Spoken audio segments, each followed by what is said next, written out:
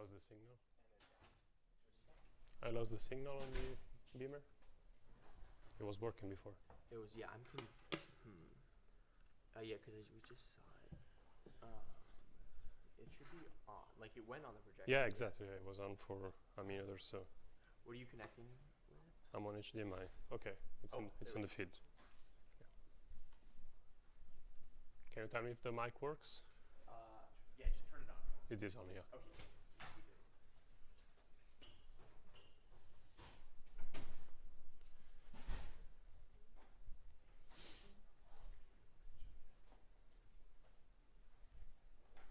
Okay, let's start this.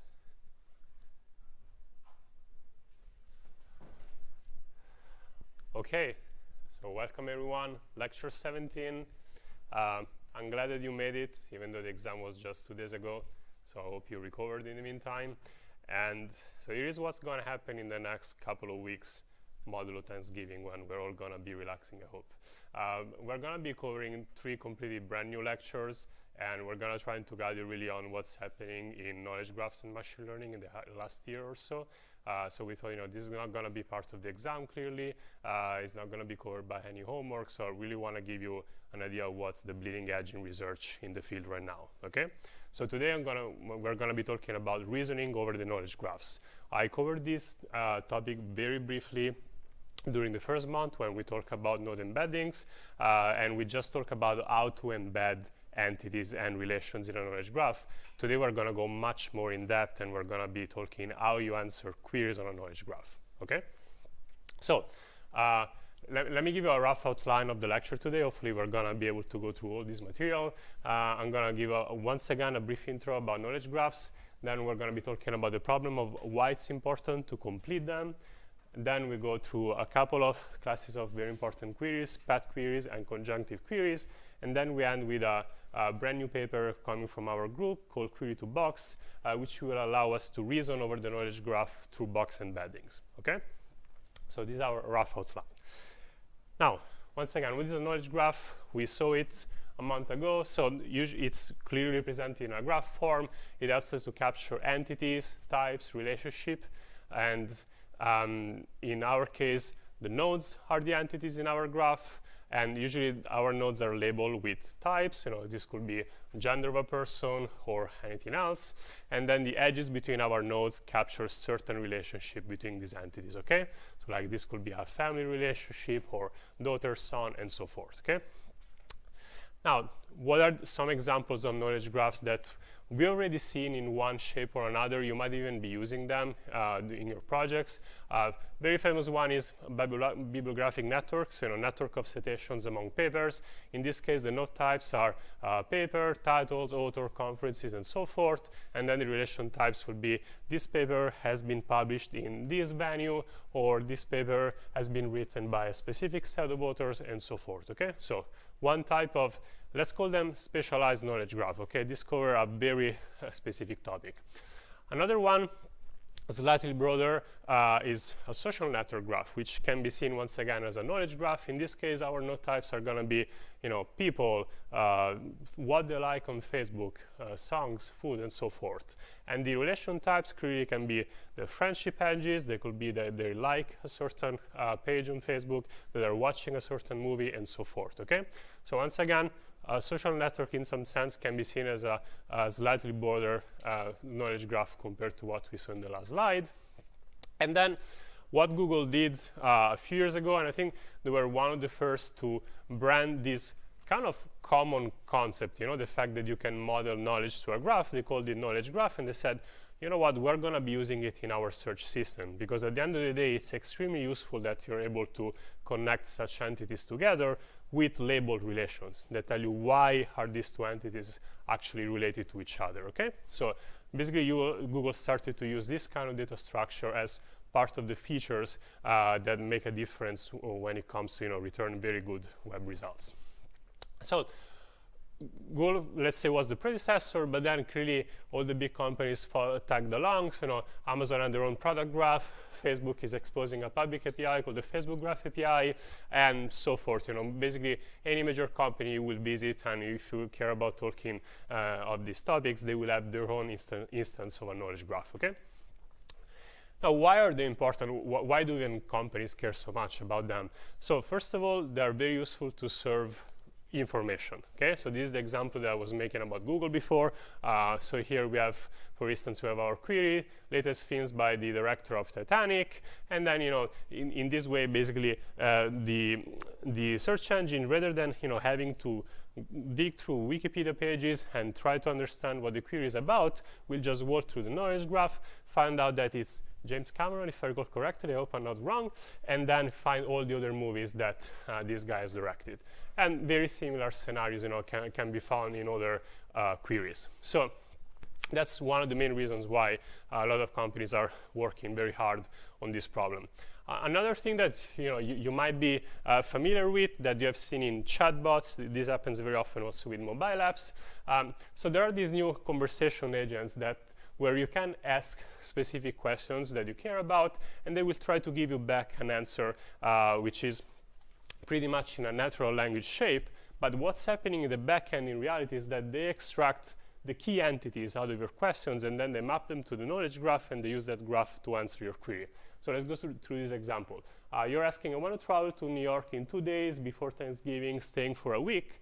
And then you will have this process in the back end that allows you to say, okay, Thanksgiving is a date, New York is a city, week is a time span, and so forth. And then you map this entity in your knowledge graph, and it will allow you to, for instance, say, okay, Thanksgiving in reality is this specific date, or New York means he or she wants to fly from the JFK airport, and so forth. Okay, so another very cool application of why knowledge graphs are so useful. All right, so I convinced you why we care about this topic and why we're going to go through all of this today. So before venturing ourselves into how do we answer queries on the knowledge graph, let's talk about the completion problem and why it is so important. So if you go and download some of the publicly available knowledge graphs, for instance, there is Freebase that Google contributed for a lot of years, and now it has been discontinued a while ago. There is Wikidata, which is the current effort from the Wikimedia Foundation, so all the people who are beyond Wikipedia.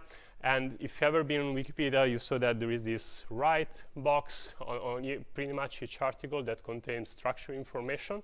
So what they're doing, they decided, instead of having humans actually editing all these info boxes in different languages, let's have one repository with all the information. Okay, so they built a knowledge graph which they call Wikidata. That's a very cool resource available online, and so forth. And all these other examples are pretty much all based on Wikipedia. Now, what are the common characteristics of these data sets that you can download by yourself? They're all massive. Okay, we're talking about millions of nodes and edges, tens of thousands of relation types, and so forth. Okay, so incredibly interesting data to analyze. Now, as always, there is a downside.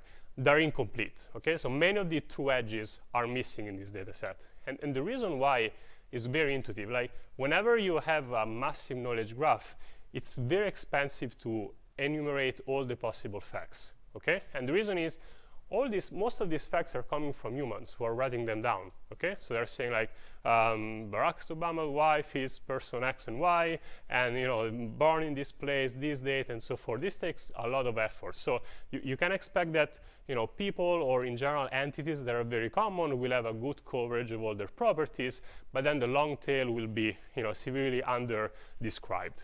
So what we want to do is start from this data, which is incomplete but still very interesting, and move to a model that will allow us to predict plausible but missing links. Now, the key fact here is that we want them to be plausible, okay? Because in reality, we could take all the entities in this knowledge graph, connect them together, by assigning probabilities to each node, and then we will get an incredibly dense graph, so pretty much a click, and then we will decide, okay, we only traverse those edges that have high probability, okay? But this will become a graph that is immediately intractable as soon as it grows to a few tens of thousands of nodes, okay? So that's why we want to be in this situation where we predict only the plausible ones. How do we do this, and why is it so important? So let's go through one of the examples that was mentioned before, okay? So let's take Freebase, which I told you stopped being developed a while ago, but it already grew back then to this amazing size, so 50 million entities, almost 40,000 relation types, and 3 billion facts or triples, so 3 billion edges in our graph. Now, if you go and analyze, for instance, all the persons, so all the person entities in this graph from Freebase, you will find out that 93% of them have no place of birth and 78% have no nationality. And for a graph that is complete, you would expect this not to happen, right? Like each single person will have a birthplace, will have a date of birth, and nationality, and so forth, okay? So, and this problem happens already with people. Imagine with other entities that have many more possible properties. So for this reason, something that we're gonna be using a couple of times today is this Freebase 15K dataset, which is basically something that researchers built over time. They try to find a almost complete subset of Freebase, which they use in their papers to train their models. Okay, so whenever I refer to FB15K or FB15K 237, which means only using 237 relation types, that's what I mean, okay? So, and the reason why we do it is we cannot really train on something as incomplete as this data set, okay? We need a good starting point. But this problem stands, so that's why we care about doing completion, okay? Because all these important facts are missing in the data. Now let's go back to one of the examples that I showed you a month ago. So we had this, very small subgraph coming from like let's say an authorship graph where we have authors, books, the genre that they write about, and so forth. And we said, okay, Stephen King is writing about science fiction, but we will also expect J.K. Rowling to have an edge connecting to science fiction. Okay, and this link was missing. Now, why is this problem even more complicated than standard link prediction? We're not only predicting that there is a link between these two entities, but we also have to predict the relation type. Okay, so that's why the space of the complexity grows much more, because it's not only about all the possible links that you have on the graph, but it's also about all the possible relation types that you can predict. Okay, so that's why it's a cool and difficult problem. How did we work out this solution a while ago? So we said, okay, we have our knowledge graph. We represent each edge as a triple. So our HRT, H is the head, R is the relation, T is our tail. And then the key idea is we said we model each entity and relation as a vector in our embedding space. Okay, so we decide the dimensionality of our embedding space, and then we map each single element of our triple to this embedding space. And our goal ultimately is the fact that whenever we embed H plus R, you remember this translation intuition coming from Transy, this embedding should be close to the embedding of our tail entity. Okay? So what we learned back then is how do we embed HR and how do we define the closeness between these two vectors. So for those of you who forgot a bit about Transy, I'm going to give a super quick refresher in a while. Okay? Now, another important thing is not only the fact that we want to find out how to model, how to embed this relation, but another aspect that we didn't have time to cover the last time is that this relation can have different properties. Okay, so we see very often in knowledge graphs certain common patterns among these relations. So one of them that you can think about immediately is the fact that certain relations are going to be symmetric.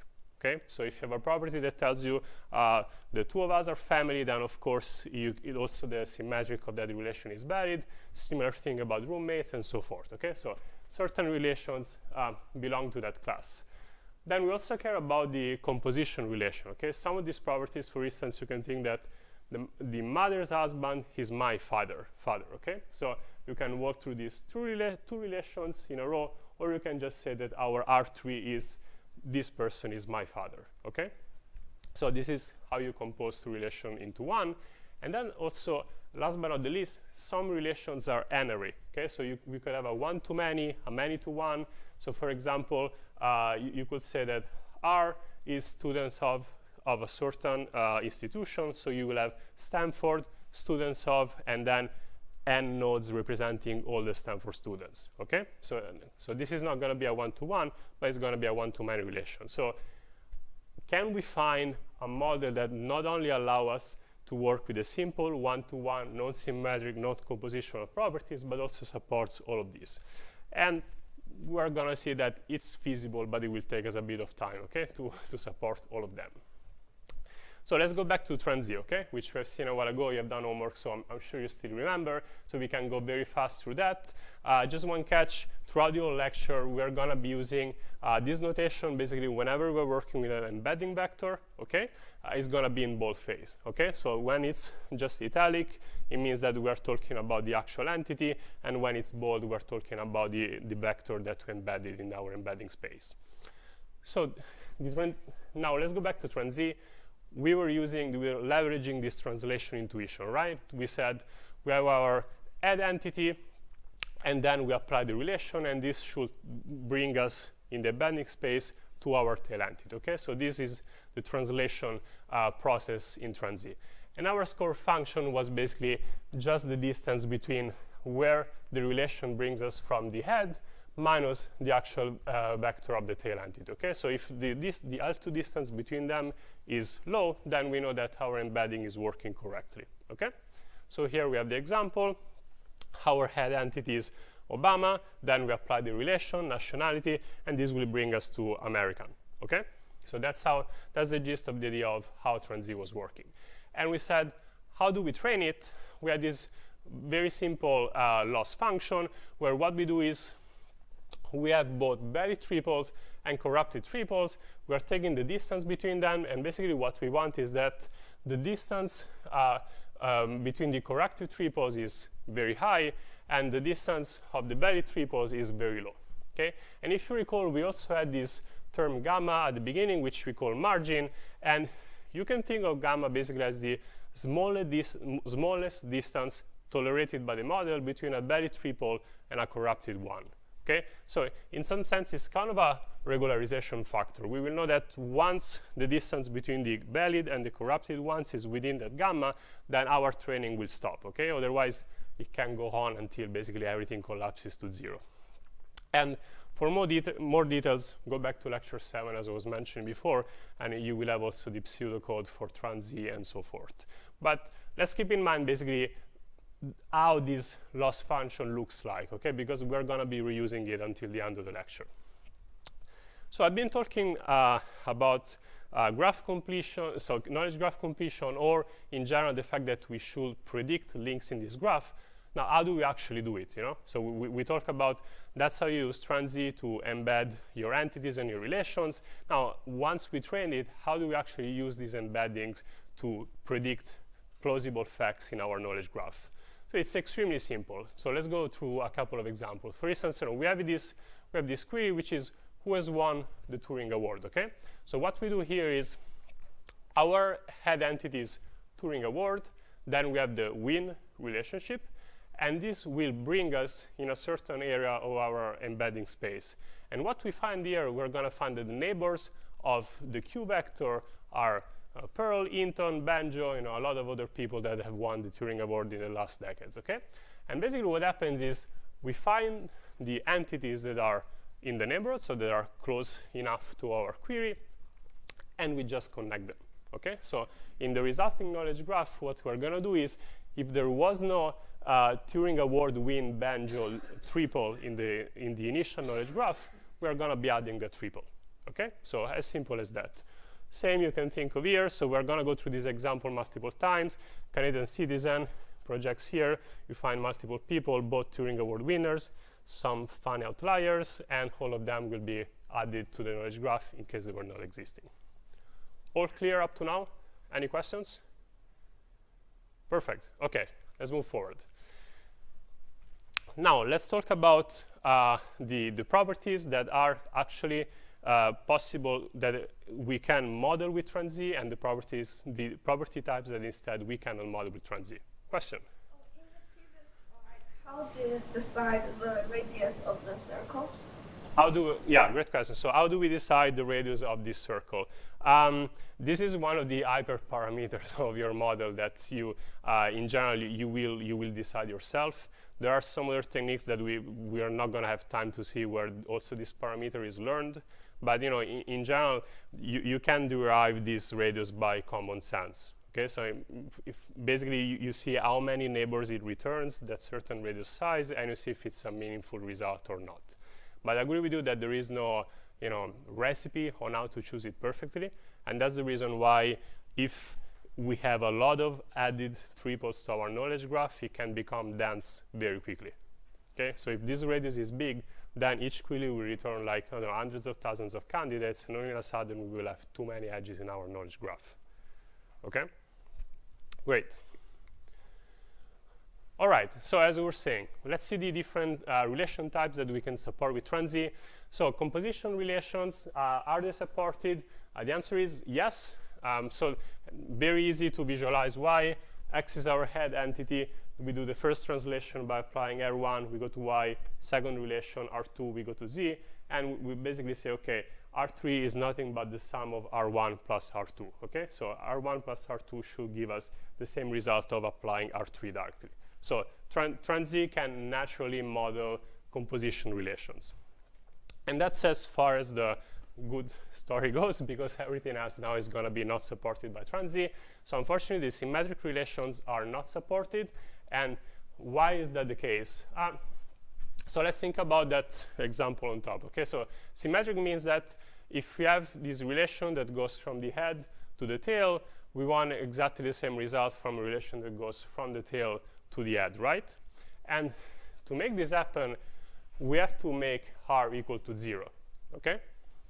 And once we do that, we are basically squashing together h and t, okay? So we're saying to TransZ that h and t should be exactly the same entity, okay? So we lose basically the ability to model different entities when there is a symmetric relation between them, okay? So this is the first problem in terms of what kind of relation types we can model. The second one is we also have a problem with n-ary relations. So let's go through this example. Let's think about this as, again, like the Stanford students. So H is Stanford, R is student of, T1 is one of the students, same thing, HR, T2, T2 is another student.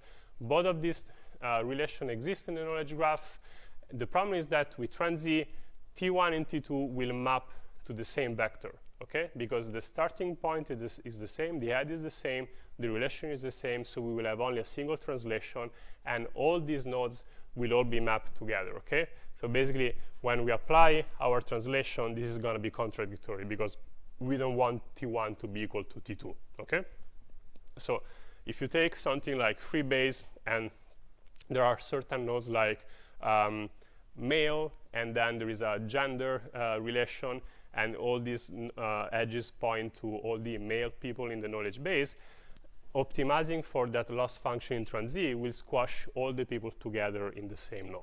Okay, so that's why TransZ is not powerful enough to work with something like a very diverse graph like freebase. All okay until now? Okay, then let's jump to TransR. So I'm going to show you a slightly more advanced model. There is actually a class of techniques called TransX. Okay, so you will find a lot of them, H, R, and so forth. So each one of them proposes a slightly variation of the TransZ model, which was the very first one. So for this lecture, we selected TransR because it's very nicely complementary to TransZ. So it's able to model the other two type of relations that we couldn't cover before. I'm not going to go into detail. I put the paper down here in case you're interested. The key idea is instead of having both the nodes, so the entities and the relation mapped to the same embedding space, we're going to have different embedding spaces, okay? So there will be the standard embedding space for our entities, so it's d-dimensional, and then we will model each relation as a vector R in a relation space, okay? So each relation will have its own embedding space. As you can imagine, this leads to many more parameters, so clearly this is a more powerful model, it's a more expressive model. And this will allow us now not to have anymore some of the issues that we discussed before, okay? So basically, every time, instead of having a translation, we are multiplying by a matrix, which is our matrix representing a certain relation, and then this brings us to a different embedding space, okay? So this is the equivalent of TransZ, but applied with TransR. Now we see that in this case, we can model symmetric relations because every time we go with a different property, we're going to have a different embedding space for that property. We can also work correctly with n-ary relations, but unfortunately, it's not going to support compositionality. And the reason is quite intuitive here. The fact is, for instance, the mother relation is in a certain embedding space, and then the husband relation is going to be in a separate embedding space.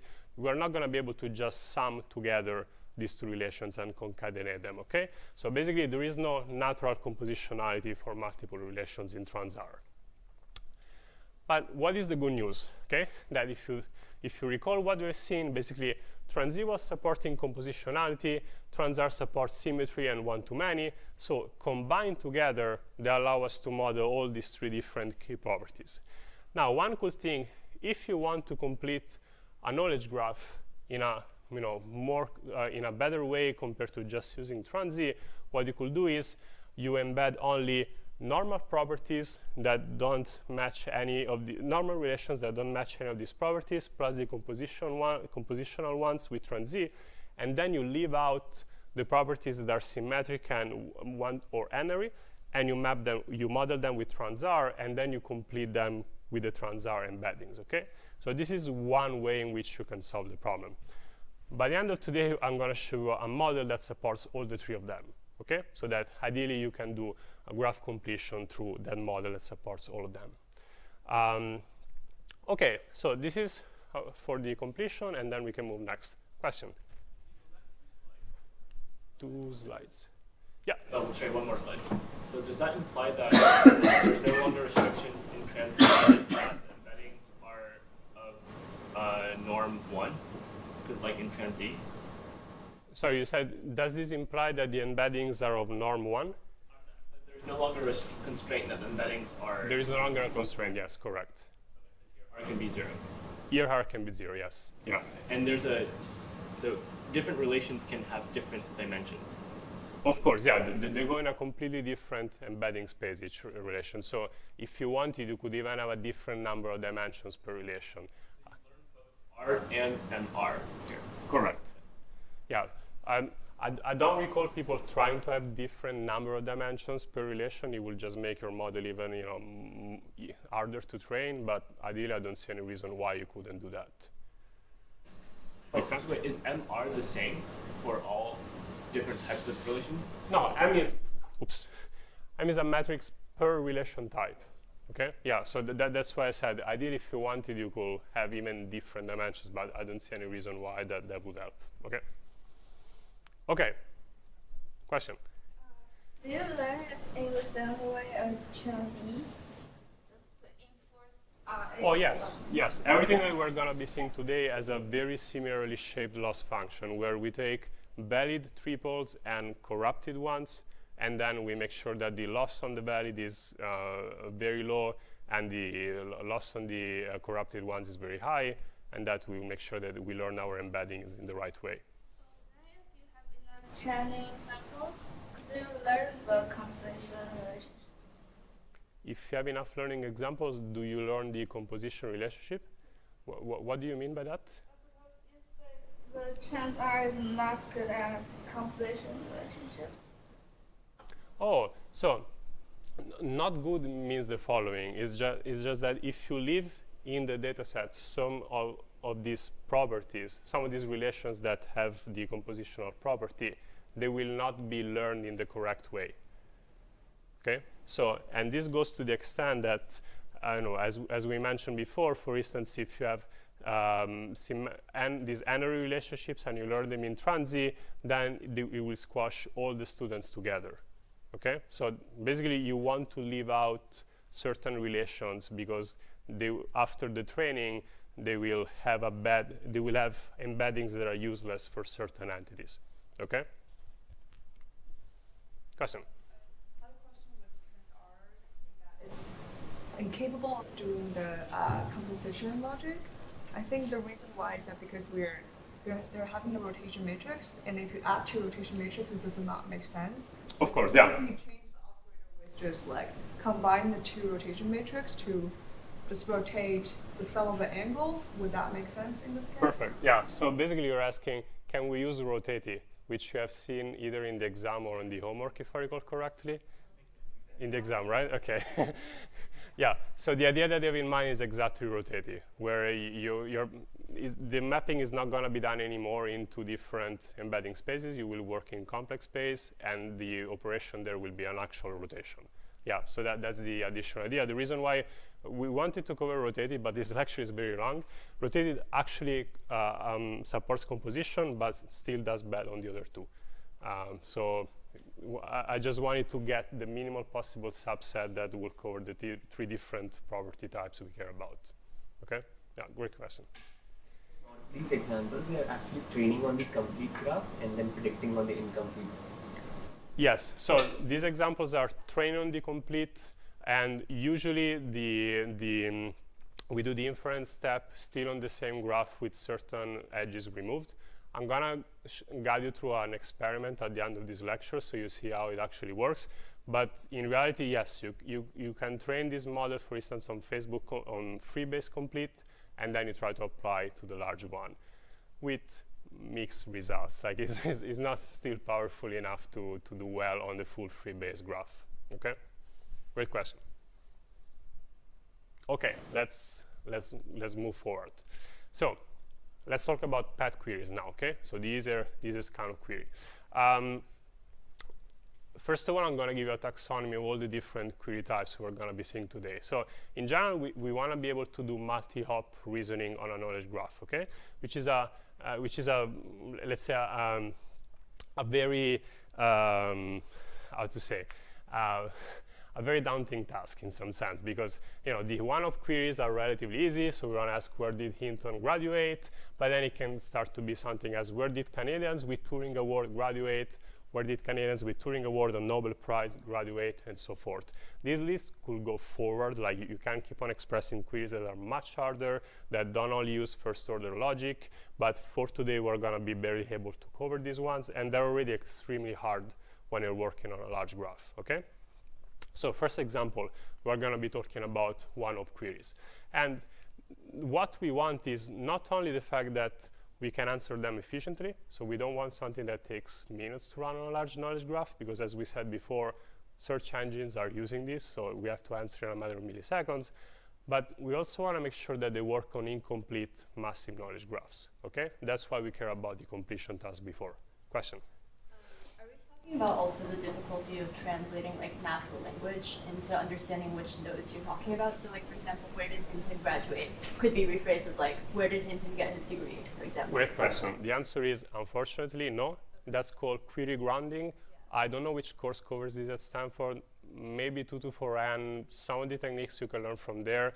In general, the easy way in which you can think about it, you do entity extraction from your questions, okay? So you're gonna find that Hinton is a person, and you will try to have a list of possible relations such as graduate.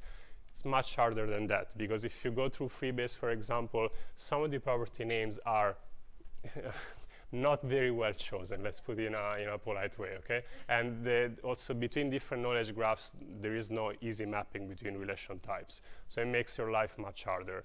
But the whole area is called query grounding. There's a lot of work going on there. Yeah, great question, thanks. Okay, so let's go from with the one-hop queries.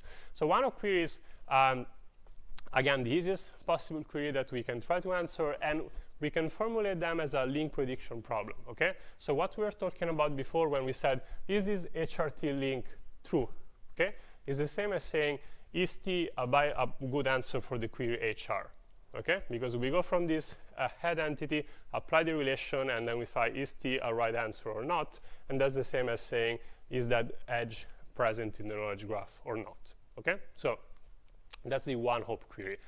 Now, we used a one-hop query to generalize for our path queries, okay? And what we do is we just add more relations on the path, okay? So basically, our path queries can be represented as our BA. So this is our anchor node. Apply multiple relations, how many we want, and then starting from our fixed node, we reach a set of possible answers, okay? And we're going to be calling this our computation graph, okay? In the case of a path query, our computation graph is a chain. Okay, so one node at the beginning, our anchor node, each path query, each relation will be one edge in our chain, and then we reach the set of answers at the end. So let's go through an example. How does this work? So we have our query, which is, where did Turing Award winners graduate? Our anchor node is Turing Award, BA, and then we have two relations, right? We have win, and then we have graduate. So given our knowledge graph, how do we answer this query, okay? And we're gonna just be doing a traversal here, all right? So again, Turing Award, our anchor node. Next step is we traverse all the win edges.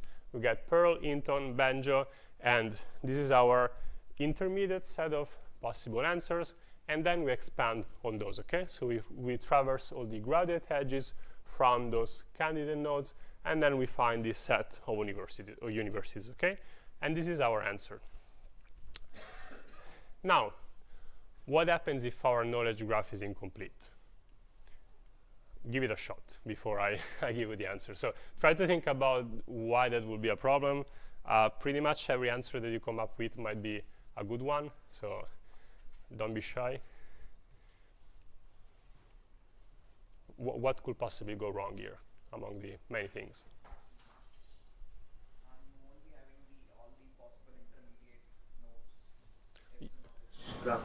You will not have all the possible intermediate nodes. Yes, that's one way of seeing that. The other way is, imagine if we do completion. All in a sudden, we don't have any more fixed edges. We actually have probability as assigned to a lot of edges, right? So say our link prediction algorithm, the output is a softmax, and then it will give us a ton of probabilities on all these edges. Now, all in a sudden, this graph has become incredibly dense, and then if we do the traversal, we're gonna be traversing basically a good chunk of the graph at every step, okay? So these are the two trade-offs. Either we miss a lot of information, or we have an exponential explosion of how much we have to traverse, okay?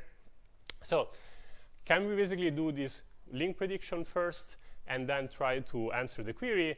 And the answer here is no, because our knowledge graph is gonna be extremely dense, and the time complexity for the traversal is basically in the order of b to the power of n, okay? Like at each step, we might be traversing pretty much all the nodes in the knowledge graph, okay? So definitely an intractable problem if modeled in this way. So how are we gonna solve this? And as usual, embeddings are coming to the rescue, so that's why we started to talk about them long ago.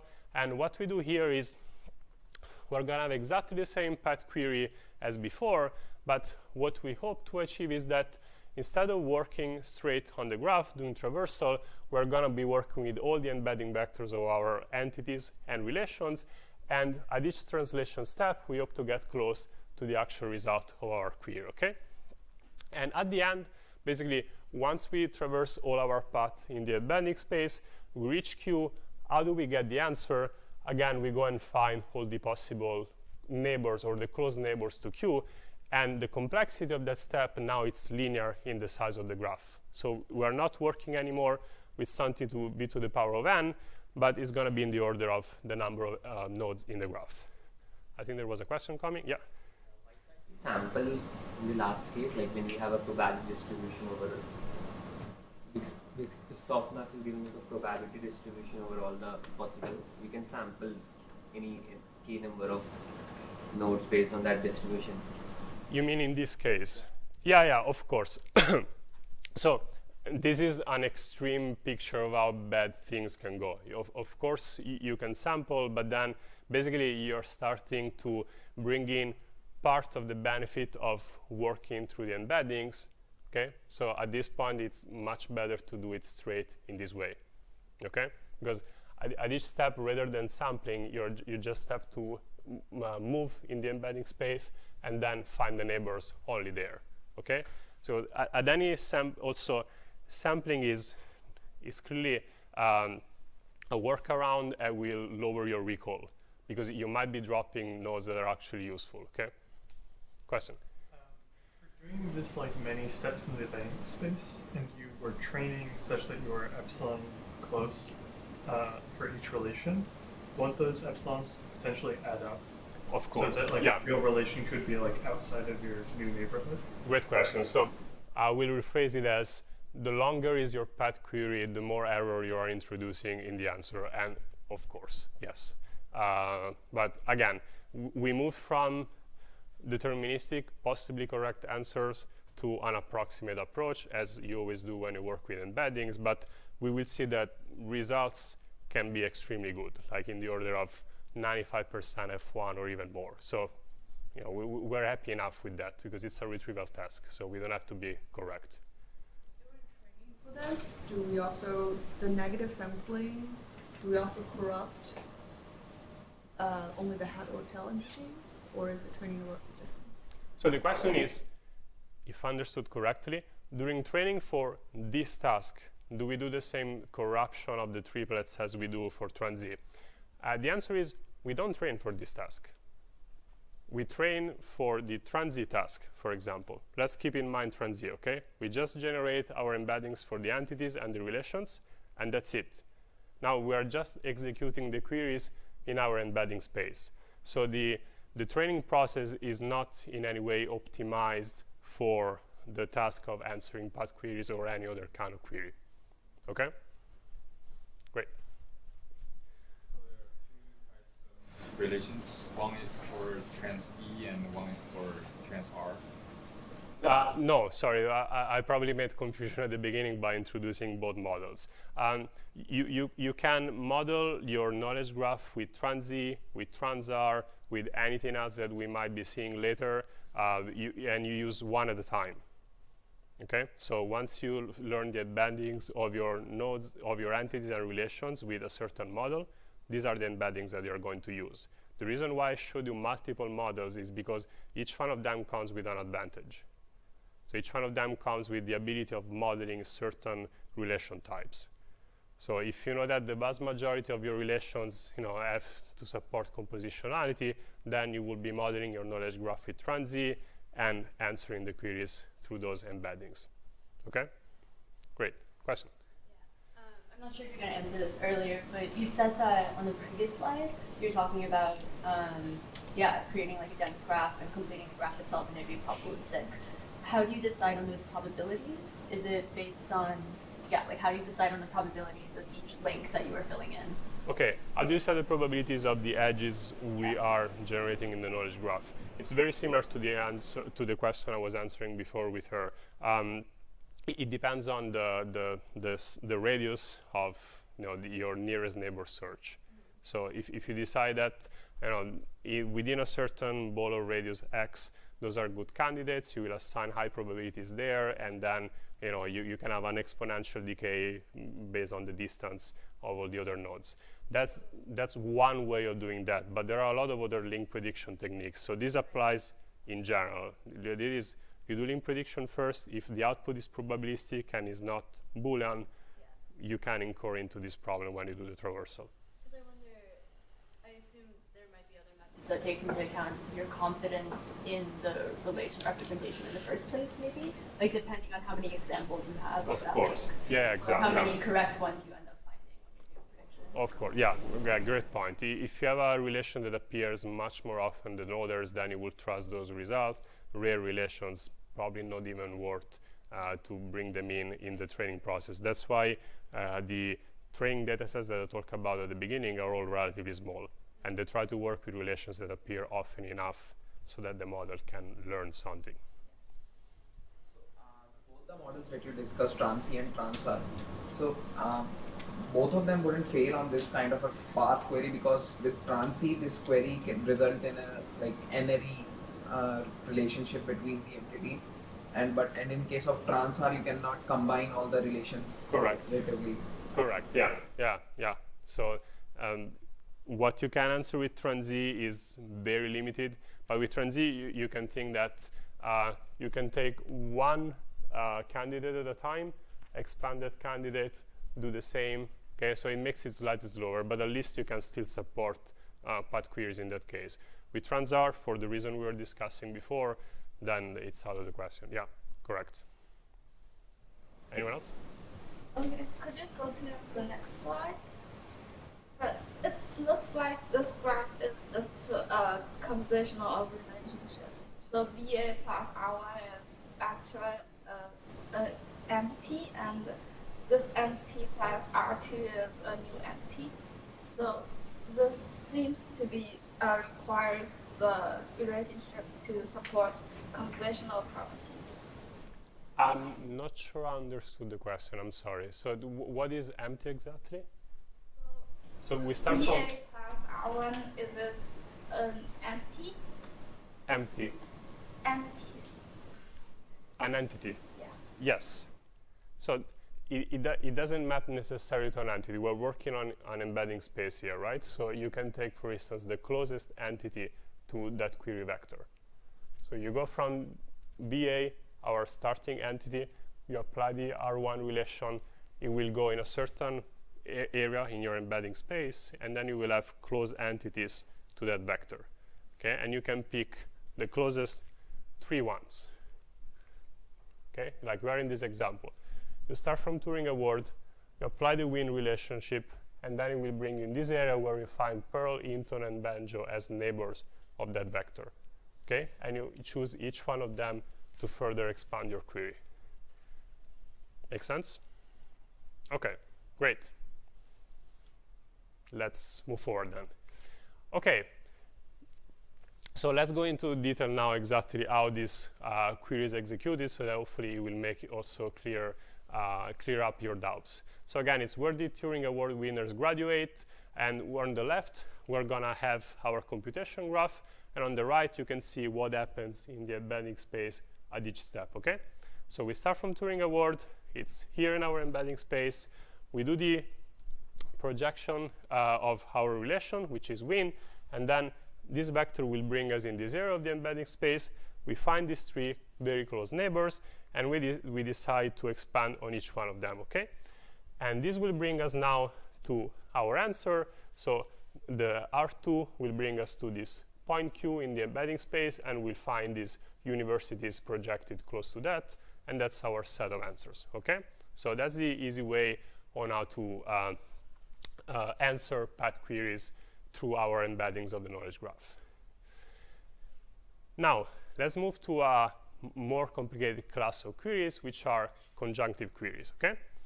And let's go, the example now is the following, is not only people who won the Turing Award, we want to know where did Canadian citizens with Turing Award graduate, okay? So not only we're gonna have people that are Canadian citizens, but we also want them to have won the Turing Award, and as you can imagine, there will be an intersection here at a certain step, okay? And similarly to what we've seen in the path queries, we're gonna find out how to do that in the knowledge graph just by traversing. We're gonna find out that it's not a tractable problem, and then once again, we're gonna solve it through embeddings, okay? So how do we do this? By just traversing. We have 2 anchor nodes now, right? We have Canada, because we want Canadian citizens, and we have the Turing Award, because we want people who actually won the Turing Award. So we start from our first anchor, Turing Award, we traverse by the relation win, and then we reach Pearl, Hinton, and Banjo, okay? So this is our partial answer for the Turing Award. Then we do the same from Canada, and we traverse by the citizen relation, and we get Hinton, Banjo, Bieber, Prime Minister of Canada, and so forth, okay? Now here we need to take the intersection, right? We clearly don't want Bieber to be a Turing Award winner, so we get Hinton and Banjo, and this is our intersection. And then for each one of the viable intermediate results, we are gonna find the universities where they graduated, and this is our answer, okay? So once again, in the ideal world, if our knowledge graph was complete, this will be extremely easy, right? We're just doing a small graph traversal, will be super fast. Again, the problem is the completion, what we talked about before, the fact that there are probabilities assigned to these edges, or there are a lot of facts missing. How do we bring this problem now to the embedding space, okay? Same intuition as before, left computation graph, right the embedding space. We start from our 2 anchor nodes, we apply the win relation, we apply the citizen relations, we get Q1 and Q2, and each one of them will return a set of candidates. Now we need to find the intersection. Why do you think this is a problem? Or can you think of what is the intersection of 2 vectors in an embedding space?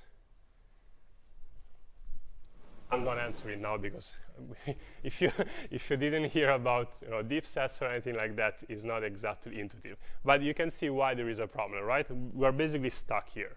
We just know that there are some candidates from Q1, some candidates of Q2. How do we do this in the embedding space, okay? So we need a neural intersection operator. So we need something that allows us to define what it means to find the intersection between two vectors. And how do we want this architecture to look like, okay? So our input is all the query embeddings. We saw 2, there could be n of them. We don't care, how many relations we have at the beginning. Our output is the intersection of this query embedding. And there is one very important property that this architecture has to have. It needs to be permutation invariant. So what it means, if you think about it, the intersection of A with B or B with A has to be exactly the same. And for those of you who have studied neural nets, you know that it's hard, or in general, a standard neural net is not permutation invariant. The reason is you're doing a lot of matrix multiplication throughout, to do the weight propagation, backprop, and so forth. So per se, a neural operator is not permutation invariant. So how do they solve this problem, okay? So the architecture looks the following. Again, it's a very high-level description. I just want to give you the intuition of what's going on. So we have the different vector embeddings for our input queries. We go through a first shell of neural network that we call phi, and this neural net will give us just a set of features for each input vector, okay? So we extract basically how important is a certain query, and we extract a feature vector for each one of them. Then we apply a permutation invariant operation, which could be the mean, could be the sum, whatever you know from math that is permutation invariant. Apply another layer of neural net, and then we obtain the vector embedding of the intersection query. Now, what you need to care about is the fact that our phi and beta will end up in our training, so there will be parameters that we learn, and then we learn how to do this intersection correctly. And the architecture is called deep sets. There are papers about it, so if you're interested, if you want to know more, you know what to go and check. But this is a problem that is solved in some sense, okay? So we're going to use it now to work on our intersection. So now that we found, sorry, question? What is the purpose of the first neural net? Because in some way, Q1 to QM are also learned from some data, right? There are some embeddings in the latent space. Yeah. So can we just remove phi and then take this permutation invariant operation and then apply a neural net to? Okay, so the question is, can we drop phi and leave only the rest?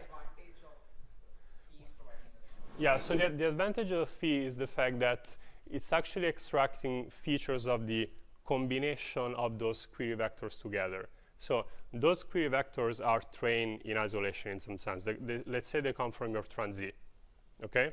But when you pair them up together, basically what phi does for you, it tells you this query is more important, or this query should be considered more, and this query should be considered less. So it's kind of a weighting scheme, okay? To make it in a very simplistic terms, okay? So it gives you this weighting scheme, then you go through the mean, and then you get another embedding, okay? Thanks for the question. We bring in the permutation invariance there. P is not permutation invariant, it's like a different permutation.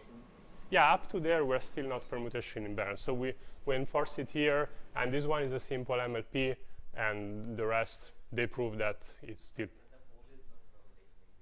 Sorry? The whole architecture is not permutation invariant. Not each single step, but then they guarantee that your output is going to be. Make sense? So the first step is not. So even if I mean them, the output will be different.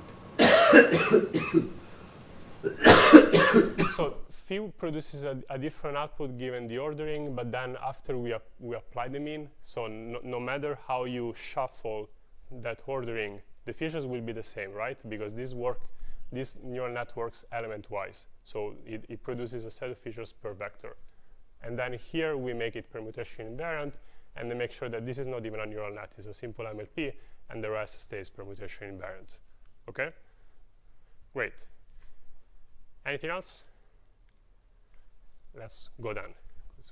We're kind of running out of time. Okay, so we have our computation graph now. We found out how to solve the intersection, and now we finally have an understanding of what it means to get the intersection of Q1 and Q2. Now we know how to project this. Once again, we end up in an area of our embedding space, take the neighbors, and that's our answer, okay? So now we solved conjunctive queries in our embedding space. How do we do the training?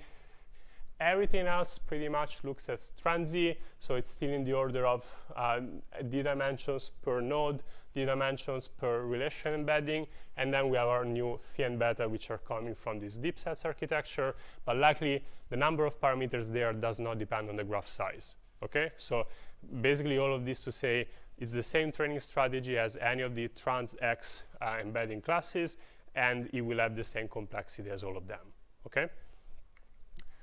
So that's why before I answer for the path queries, we don't even have to change at all the training, and to serve the conjunctive queries instead, we actually need to learn this deep sets architecture to make sure that we can do the intersection, to answer your question from before, okay? Okay, so now the whole process, just to go through it once again, we get a query, an answer, and then we have our negative sample v prime. So what we do is we embed our query queue, we calculate the distance between valid answers and corrupted ones. We optimize the loss. So all of this is basically like transy. The way in which we do query evaluation, we're given a test query queue. We embed it. For every node in our knowledge graph, we compute the distance, okay, between our V and the query. And then we sort by distance and rank all the nodes to find the answer. So we decide we want to return 10 answers in total. We sort them by distance, take the top 10 out of that sorted list, and that's our answer. Question? Like something that we manually get for this particular query, because it's not like we can traverse the tree to get to it. So your question is this answer set something that we manually get? We are not traversing anymore, right? We moved away from the model where we traverse the knowledge graph. We're just moving in our embedding space. So if by manually you mean wherever our queue projects us, then we find a ball of radius R, and then we take all the entities within that ball as the candidates, then yes, that's exactly what we do. So in that sense, it's manual, because we're not traversing, but we're using the distance between the embeddings to find the answers. Make sense? Question? Visualize the embedding after the deep set, does it actually fall in between the two embedding for the other, for the intersected? You mean if we visualize IQ1, Q2, will it fall in between? Yes, if you do like a TSNE projection of this embedding space, you would expect that to be in the neighborhood of Q1, Q2. The problem is, given that usually you go from hundreds of dimensions to 2 in TSNE because you want to visualize it, there are some artifacts that creep in your actual visualization, so sometimes you will not see it close. That's why there is a lot of work in visualizing high-dimensional data to avoid those problems. But most of the times, yes. I'm going to show a TSNE if we make it on time and the end based on one of these techniques, okay? Question? In your training process, where do you train the deep set architecture? We're not going to see it because it makes things even more complicated. But the idea is it's very similar to the transy architecture, but if you change the parameters phi and beta of our deep sets, if it's not correct, then it will do bad on these conjunctive queries. So if you train and you have some ground truth on these conjunctive queries, so you know what the answer should be, then you train phi and beta in such a way that they produce the right answer to these queries. Okay? It seems that you are both training the embeddings and also many a neural network. Correct. Yes. So this is a joint training. We're training both the embeddings and that very small neural net. Okay? Yeah. So that's why I said before for the path queries, we could just do transy, and here we have to add this layer of complexity represented by the intersection operator.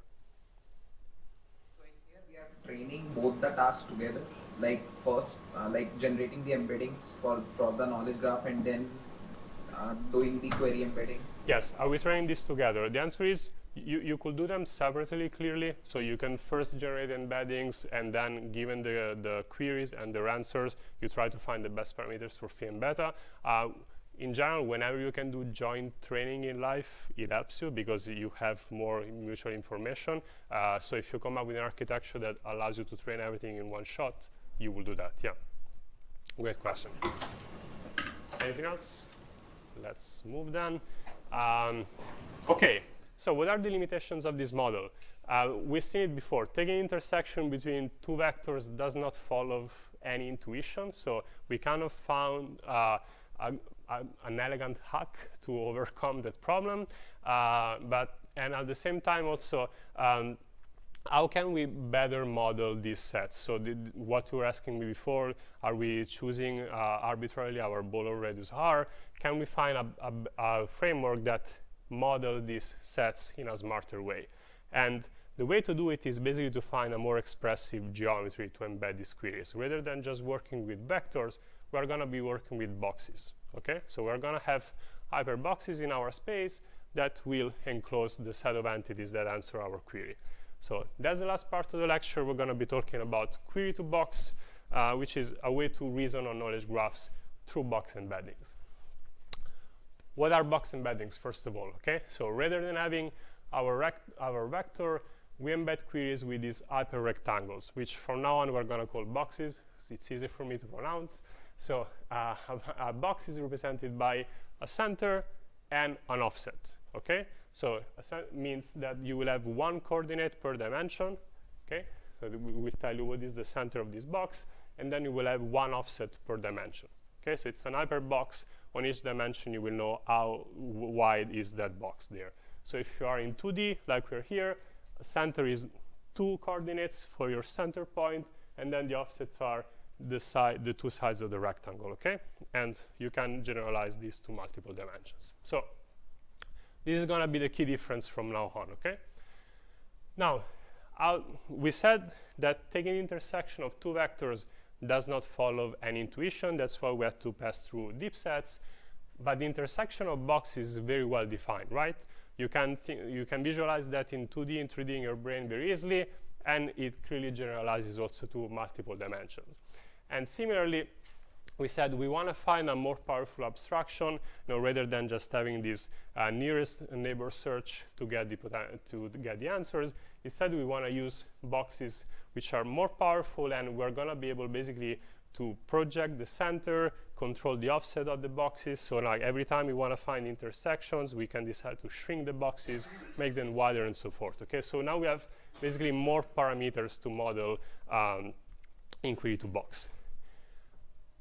What are these parameters? Okay, so for the entity embeddings, we're pretty much doing the same as before. Okay, so each entity will have d dimensions, and the reason is entities can be seen as 0 volume boxes. So you only have the center. So you have a point in the space that represents an entity, and you don't need a box around it because we have the exact coordinates of that entity. Now instead, relations are actual boxes. Okay, so that's why we have more dimensions. So for each relation, we have a set of dimensions for the center and a set of dimensions for the offset, as we explained before. So that's how you define an upper rectangle.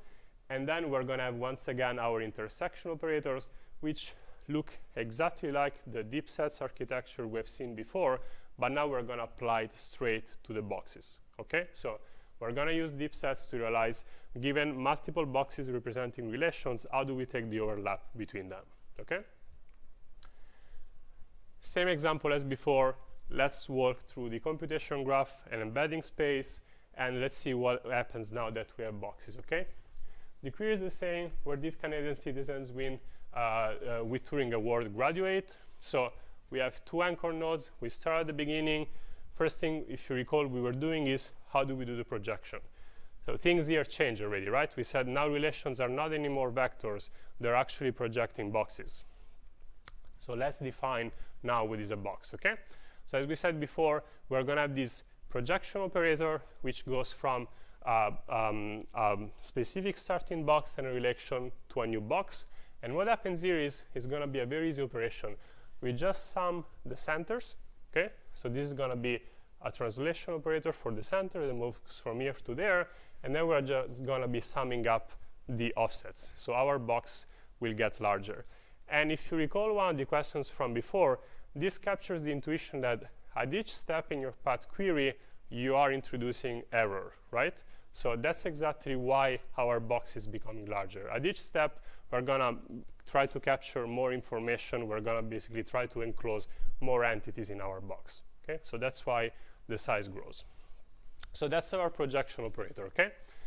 So first step, now we know what to do. Basically from Turing Award, rather than drawing a vector and then saying we're gonna be taking those neighbors, we find the box which encloses the entities that we care about.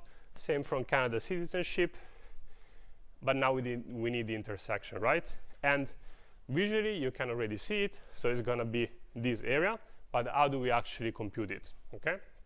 So we had this projection operator before, now we're gonna have an intersection operator that goes from a set of boxes to a new box that represents the intersection. And here the difference is the center is a weighted average among all the centers in the set of boxes, and we want our new offset, rather than becoming larger, we want it to shrink, right? Because we're finding the intersection between them. So how do we do that? Again, I put the paper at the end. I will try to give you the intuitions. There is a bit more happening under the hood, but ideally what we do is we are gonna have a dimension-wise product between the centers, and we're gonna learn a set of weights, okay? So these weights are gonna be learned, and they will tell us which component of the center should be taken into account when we do the translation and which components count less. And at the same time, we said we wanna guarantee the shrinking of our boxes, right? We wanna make them smaller. So what we do here is we're gonna take basically the smallest component per offset among all the boxes and then apply it to our new box. And that's where we have, again, the deep set architecture, because as I was saying before, deep sets allow us to find which box counts more in the queries that we want to produce, okay? We said before that the deep set will give us feature for each query, okay? So for those component of the queries that count more, this will give us a higher score. As you recall, the sigma squashes between 0 and 1, so it will leave us basically the intersection only of the boxes that are more important, okay? So this just gives you the intuition why it's gonna be shrinking. So now we know how to do this. We get the intersection, but we have one step left, correct? Because now we wanna find out where did they graduate, right? So same thing, now instead of projecting from a box of 0 size, so of 0 offset, we're gonna be projecting from a box that actually has an offset, but this is completely natural now, right? We're not starting anymore from an arbitrary point which a deep set gave us as an output. We're just starting from a smaller box, project from there, and get our set of answers from the new resulting box, okay? So all in a sudden, we went from a framework that had some steps that were not intuitive to something where everything is very well defined, and we can just work with boxes through the end of our solution. Any questions? Or we go quickly through the training? Okay, let me give you a super quick overview of how the training looks like. So we have this, we want to define now what is the entity to box distance. So if you recall in TransZ, we were defining what is the distance between head, relation, and tail, and we want to minimize basically the distance. Now we're working with boxes, so we need the concept of a potential answer to a query when it lies outside of the box and when it lies inside. So we're taking basically an L1 distance, and the way in which we get it is when something is outside, we take the full distance, but when it's inside, we're gonna have a weighting factor alpha, which is between 0 and 1, which sort of discounts the distance if you are inside the box, okay? So the way in which you should read is you penalize an answer if it lies outside the box quite a lot, but if it's inside, the distance counts very little, okay? So alpha is a parameter that usually is manually selected, but everything else is gonna be learned, okay? So once we have this distance, now we can apply something very similar to the TransZ training that we've seen before. So given a set of queries and answer, now we're going to have our B are the valid answers, B prime are the wrong answers. So you can think of them again as valid triples and corrupted triples. And there will be the upper part of our loss function. Basically, it tries to minimize the loss, so minimize the distance of the valid triples, okay? So our B. And the bottom part will try to minimize the loss once again by maximizing the distance within the query and triples that are not valid and answers that are not valid. If you are asking yourself, why is it a log times sigmoid and so forth, just get this intuition. These functions look like that, okay? So if you are within the margin, then the loss is very low. And once again, if you are outside of the margin here, the loss is very low.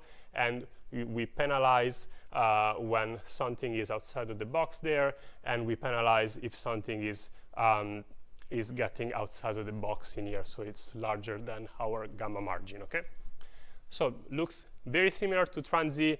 It just replaces the distance between vectors with distance between boxes, okay? So that's the only thing that you have to keep in mind to understand where this is going. Question? How can we prevent this learning from just make all the boxes arbitrarily large such that the losses are small? Okay, great question. How do we prevent that we make the boxes very large? And the way you prevent that is by having a set of validation queries where you need to return correct results. And if your boxes are very large and you let them grow arbitrarily, you will always return each possible entity in your knowledge graph, right? So what you will get there is, say you measure your performance with precision and recall. Your recall will skyrocket to 100%. Your precision will be abysmal. So that's one of the objectives that will allow you not to just grow arbitrarily the size of your boxes. Okay? Great question. Thanks. Yep. Empirically, do you know if there's anything about which relations tend to have larger volume boxes and which relations tend to have smaller volume boxes? Oh, that's a great question. I don't think, I cannot think of a good answer. I don't know even if the author thought about that. It's kind of hard to think about the size because basically you would have to compute the volume in the dimensions, and that I think it depends a lot on the knowledge graph where you're training it. Okay, so it might be the case that the same property between Wikidata and Freebase would have a completely different size of the box just because of the number of occurrences it has in the data set. So I think it's hard to come up with an intuition of how big they will be. It's much more data-driven, I would believe. Yeah, good. I will tell the authors to think about it. It's a great question. Anything else? Okay. So if I had time, I would try to show you also very quickly that query-to-box supports altogether symmetry, composition, and one-to-many properties. I will not have it, so paper is here. If you're curious, you can go and check it. I will skip these slides. Possibly yeah, well, I'm not going to be able to make it. Another thing that I will just give you the teaser so that you know it also supports this. There are also, as we said at the beginning, other type of queries apart from the path queries and conjunctive queries that we've seen today. So for instance, something similar to what we've seen before, but with a key difference is where did Canadians with Turing Award or Nobel Prize graduate, okay? So it's not only conjunctive, but there is a disjunction there. And this conjunctive query plus one disjunction queries are called existential positive first order, comes from first order logic. Just keep in mind that if you go through query-to-box, they also support this kind of query, and this is a very novel result from like a few months ago, okay? So that's pretty much today's status on what kind of query you can answer efficiently on massive knowledge graphs, okay? So if someone asks you, can this very complex query be answered?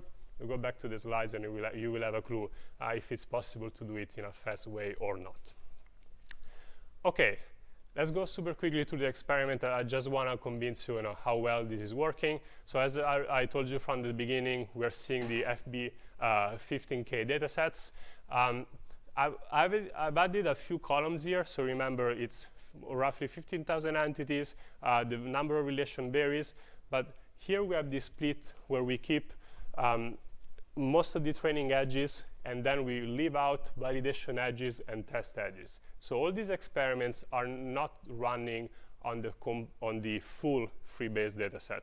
Rather, they're running on a slightly incomplete version of this FB15K, and then they try to predict those queries that will use the validation or test edges, okay? So basically, they try to see, can this model find that there are certain valid answers with the edges that we dropped arbitrarily, okay?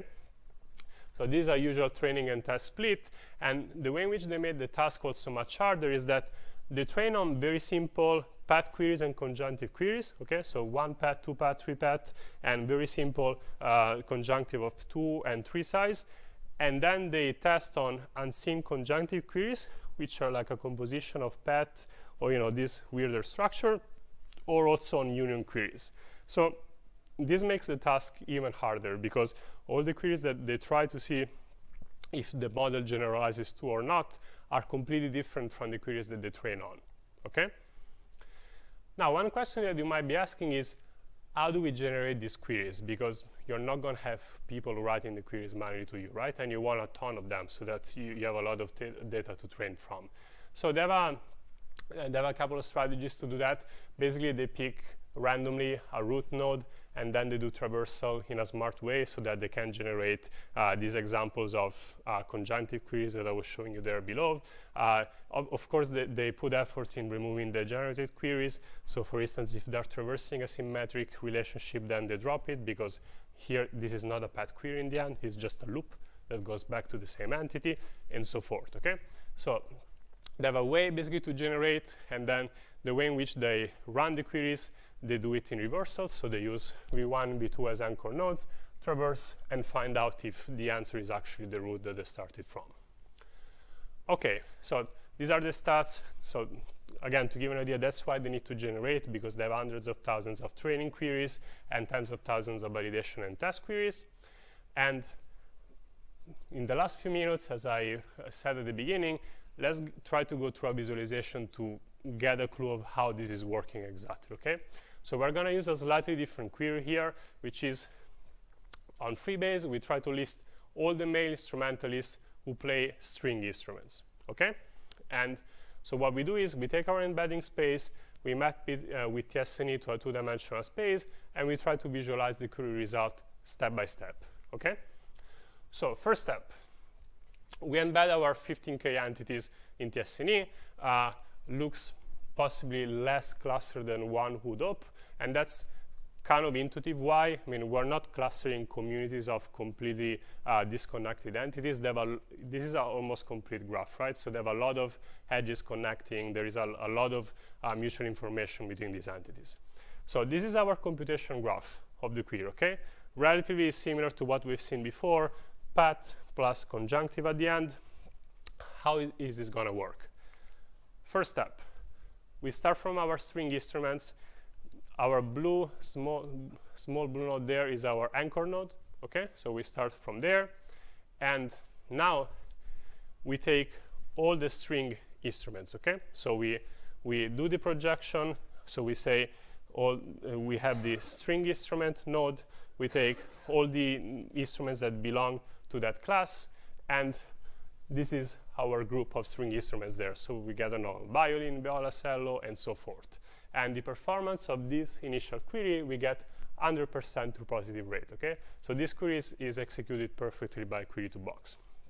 Next step, you see, follow the underline. So now we have instrumentalists who play string instruments. So we do 2 projections, each one of them with boxes, as we've seen before, and we have a slight drop in terms of true positive rates, but we're still at 98%, okay? Now we've done the first part of the path query, and now we have to do the second one. So we have to find all the male people in our data set. So again, start from this anchor node down here. We do the first projection, and we get in total roughly 3,500 men, and we're gonna be applying our intersection, and that's the final, and that's the final result that we get, okay? So we are 99.4% performance. So, you know, with this example, which is quite complicated as path queries is an intersection at the end. We still achieve a very high true positive rate and roughly 400 answers. Okay? So I officially run out of time. If you have any questions, I'm happy to take them here or offline as well. Thank you.